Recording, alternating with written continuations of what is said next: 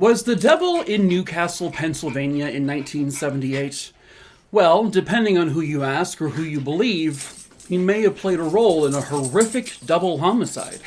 Hello, true crimerers. This is the case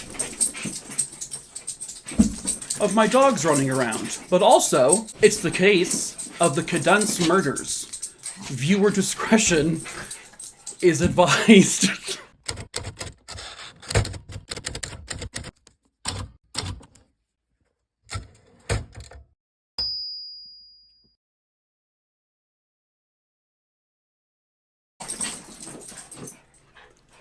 My dogs have chosen this exact moment to start playing ruckus.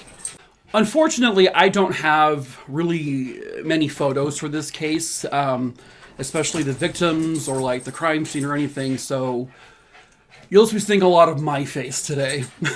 Nestled about 50 miles away from Pittsburgh is the little city of Newcastle, Pennsylvania. Back in 1978, it had a population of somewhere around 30,000 people or so. It was typically considered a quiet, peaceful city, a family city, a place where, horrific crimes weren't something that were considered normal there. But that all changed on July 11th, 1978. The Cadence family, and I'm hoping I'm pronouncing their name right, I can't find the correct pronunciation. But that family consisted of 30-year-old Lawrence. He would attend night classes at Newcastle Business School, and then throughout the day, worked at a place called V&R Industries. His wife of 6 years was 25-year-old Kathleen, and she was a stay-at-home mom for their two kids, 4-year-old Dawn and newborn Robert. They lived in a 2-story house on Wilmington Avenue. They were considered a well-respected, friendly family in the neighborhood. Certainly no one would suspect that one of them was having an affair and also was dabbling in the occult. It was a bright, relatively cool morning on July 11th, 1978. At approximately 10 o'clock in the morning, Rose Butera, a friend of Kathleen Cadence, had gone to the Cadence home just to stop by and have a friendly visit with her friend. Rose brought along her daughter Lori and Lori's fiance. As they approached the house, they were able to hear the baby crying, but no one else talking. But more alarming, the front door was actually pushed open, which was very odd because, according to Rose, Kathleen at all times had the doors always closed, always locked. She would never leave the door open. So as they approached the door, they kind of called out for Kathleen or Lawrence or anyone, but no one responded, but they just kept hearing the baby cry. So what they did at that point was they pushed the door open and walked in the house. They found in the living room there was a pack and play, and inside was baby Robert. He was crying and fussy, but he was okay and unharmed. Rose then began to slowly climb the stairs, and she walked kind of on the landing, I guess, and she stumbled across a body just lying on the ground. And it was 4-year-old Dawn. She had appeared to have been just completely mutilated. Right about that exact same time, Rose heard Lori screaming because Lori had found the body of Kathleen. Kathleen appeared to have a gunshot wound to her head, and she too looked like she had been mutilated by a knife. They called police, of course, and police arrived very quickly. The coroner would determine that both Kathleen and Dawn had been stabbed each 17 times, which they thought was just kind of an odd number to stab someone with, but not alone that, but also 2 people with the same number of stab wounds. They felt it was very specific, as if it was intentional to do it that many times. They were able to determine that the time of death was sometime between 7 a.m. and 8:45 a.m. that morning. The house itself wasn't ransacked. There weren't things thrown everywhere. There really wasn't anything obvious stolen other than Kathleen had 2 rings that she usually wore, one of them being her wedding ring. Both of them were gone. Other than that, they really didn't have any other like forensic evidence to collect. There was no fingerprints, and this was in 1978, so this was before DNA was really ever an investigative tool. So if there were items that had like foreign DNA, they weren't really collected because they didn't really know to collect that. And the murder weapons, the knife, the gun, also missing. They're not in the house. So who the hell could have done this? I mean, this is brutal, right? The first person they ask, because Lawrence isn't at the house, and, you know, it's the husband, so kind of your prime suspect automatically. Well, they found Lawrence at work. He was at his job. And basically that was his alibi. He said that I've been here since very early this morning. When I left the house, everything was fine. And he left the house sometime like around 5:30 or 6 in the morning.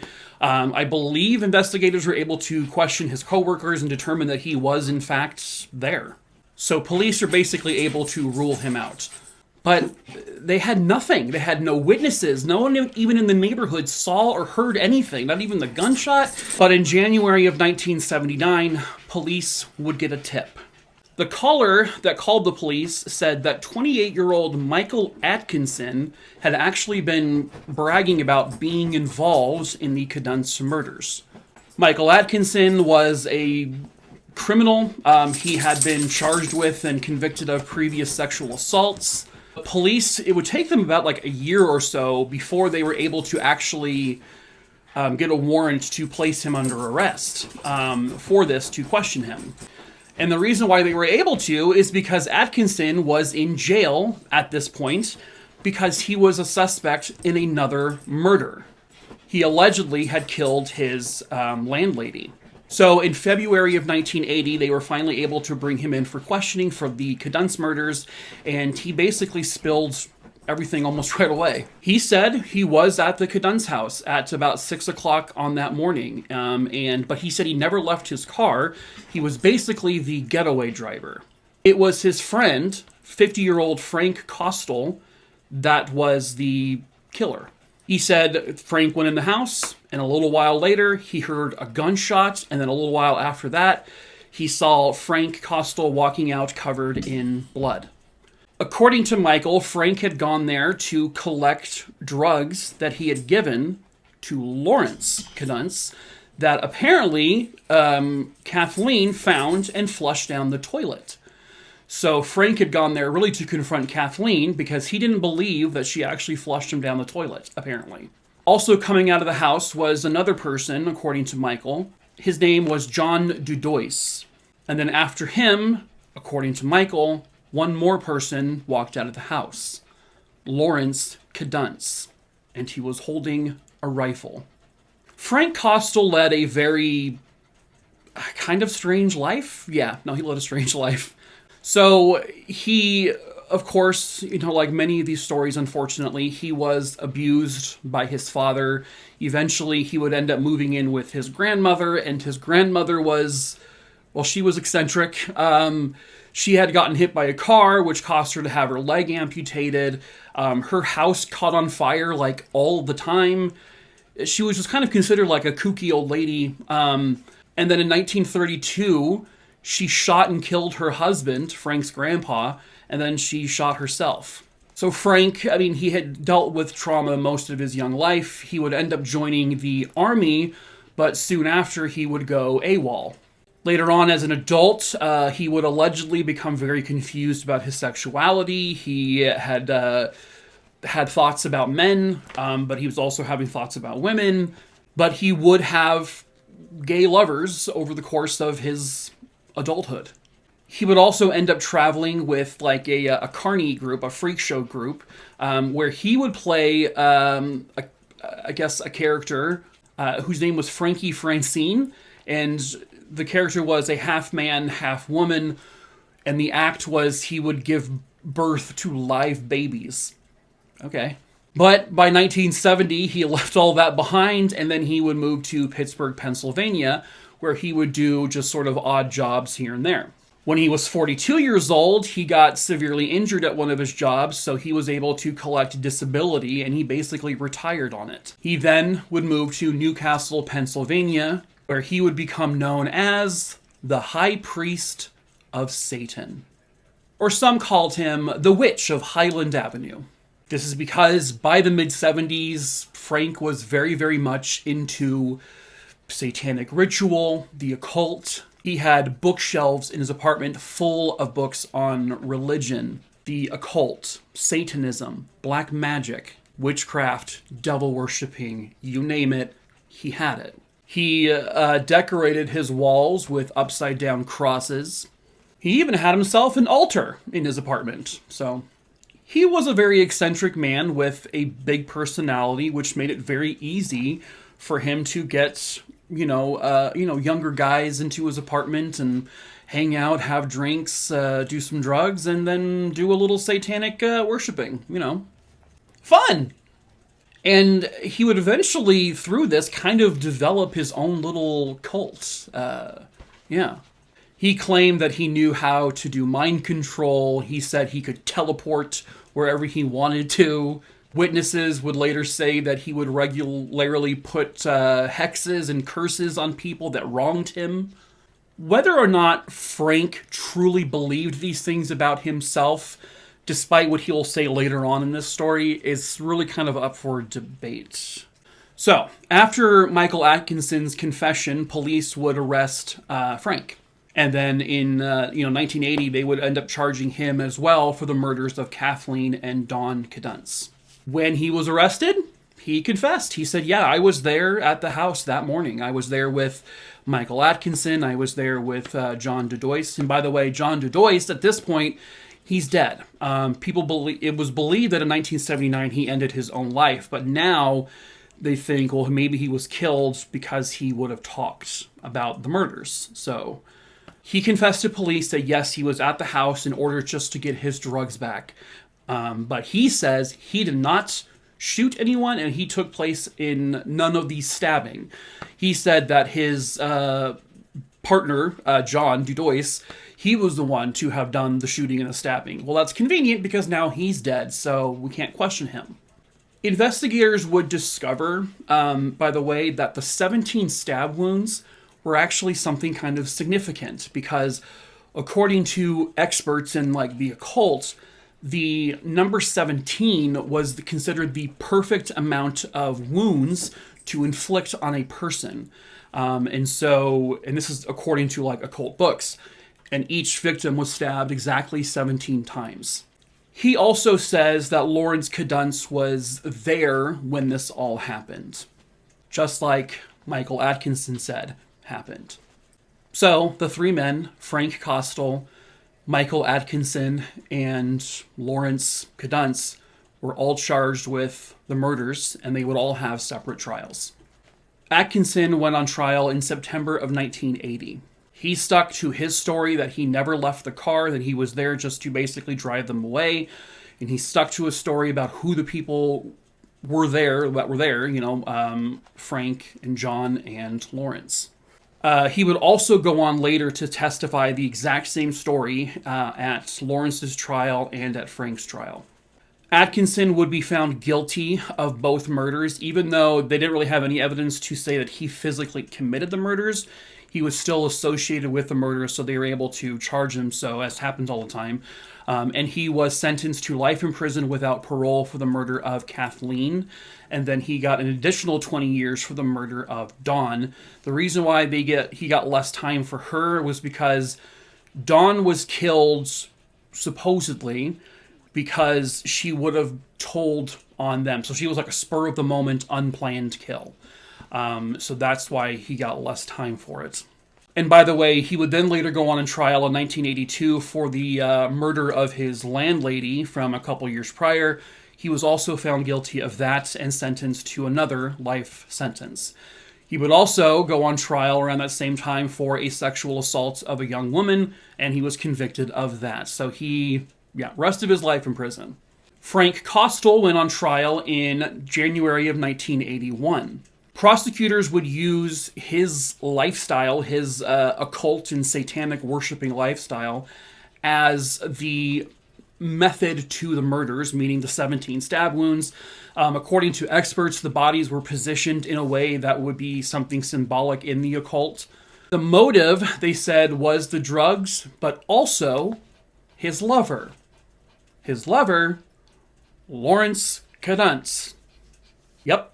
Frank and Lawrence were allegedly having a torrid gay love affair. So prosecutors said that Frank wanted Lawrence all to himself. So he wanted to get Kathleen out of the picture.